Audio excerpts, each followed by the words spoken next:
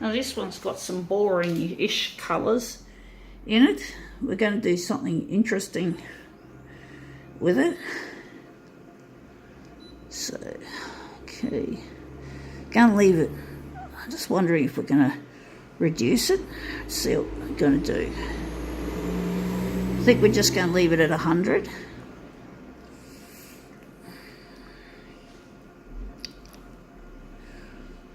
I'm wondering with the text, with the background colour. Oh, fuck this stupid user interface. I am so over it. It is so clumsy and easy to fucking fat finger.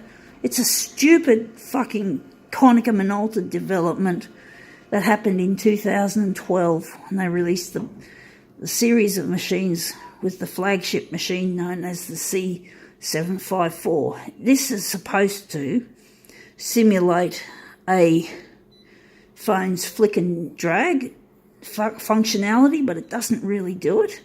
It just makes things more clumsy and more cluttered, and you have to go looking for the features if you need them, and when you're not used to it.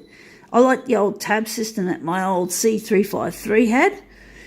It's better organised, it's not as chaotic, and basically, yeah, it's a lot better than this. This shit is a real pain in the arse, if you want to know about.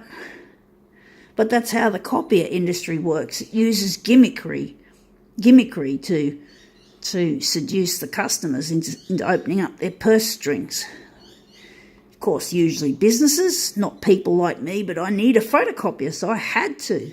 You didn't have to advertise it to me. I needed a fucking photocopier when my fucking C353 broke down and was unrepairable. And I didn't have a service agreement because of the lack of spare parts. So yeah, that's what we're going to photocopy. And basically, yeah, I couldn't be without a working machine, so I had to take out a little bank loan so I could have a working fucking copier for my YouTube videos. I don't want to go out in public, and I can't make as many videos in public, and I'll probably get caught out videoing when I shouldn't be videoing, because often I'd go and video somewhere where I'm normally not allowed to, period, even though it's just showing me in the copier normally. So yeah, now those colours look really nice. We can see we've got the background colour filling in the white areas, so that's added a bit more interest, and there's some blue there from the background colour.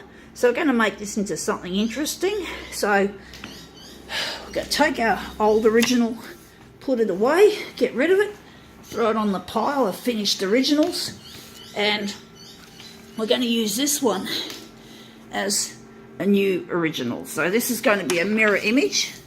We just got to put it on the glass, but that looks, with that background colour, it looks better. And now we're going to set our original type to copied paper. And yep, we're just going to make this a lot more interesting. And I wonder, we're going to switch off the blue. We don't need that anymore. So just go there. And we're just going to set up the colours now, if they need setting up. So maybe the contrast could be put on 0. And maybe the copy density will be a little bit darker. And I wonder if that's all going to be correct. Okay, now we're going to just take a copy of the copy, and it's going to be a lot darker. See how we go. And hopefully the background colour blue will come up even better on this. So let's see how we go. But at least we've got a background colour, which makes it, gives it more. It's a bit lacking without blue in this image, in my opinion. So I wanted to add some blue for the other colours. So yeah, now the blue has become more vibrant, as you can see. So now we're going to make a mirror image job. We're going to print out another picture of the same type. And we're going to finish. This is the Konica Minolta 3-step process, which is really a dumb backward measure. I don't know why it has to have 3 fucking button push operations to make a photocopy. But that's just the way Konica Minolta is. Fucking idiots. Idiots. I don't have any respect for them, except that I need their fucking equipment. And without their equipment, I can't do anything creative, unfortunately, so I need their fucking gear. But their gear is not as good as it should be. This copier is only going to last 5 years, spare parts wise.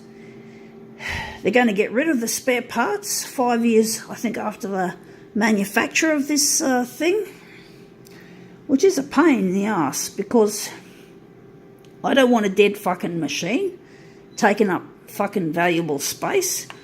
So it's got to be working. It's got to have a service agreement. I can't afford any fucking do-in-charge shit.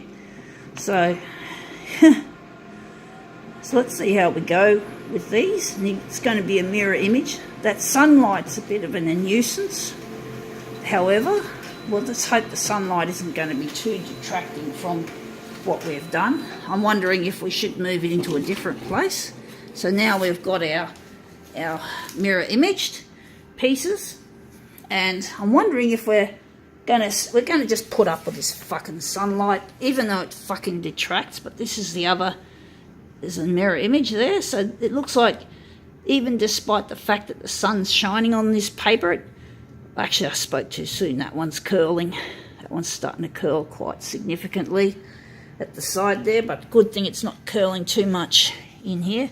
And this is our second mirror image. We've got to somehow slot in. Bloody nuisance, this paper curling. I think the sun is starting to make that curl. So I'm trying my best, once again, to line up the edges nicely, as much as I can, despite the issues we're having with the curling. The curling is a real nuisance.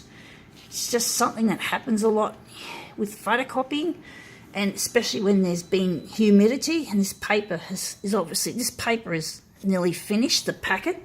So yeah, don't be surprised if the bottom of your packet gets curly because it's been sitting there.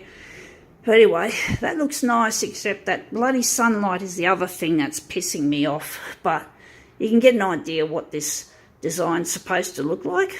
But anyway, I think it's time to go.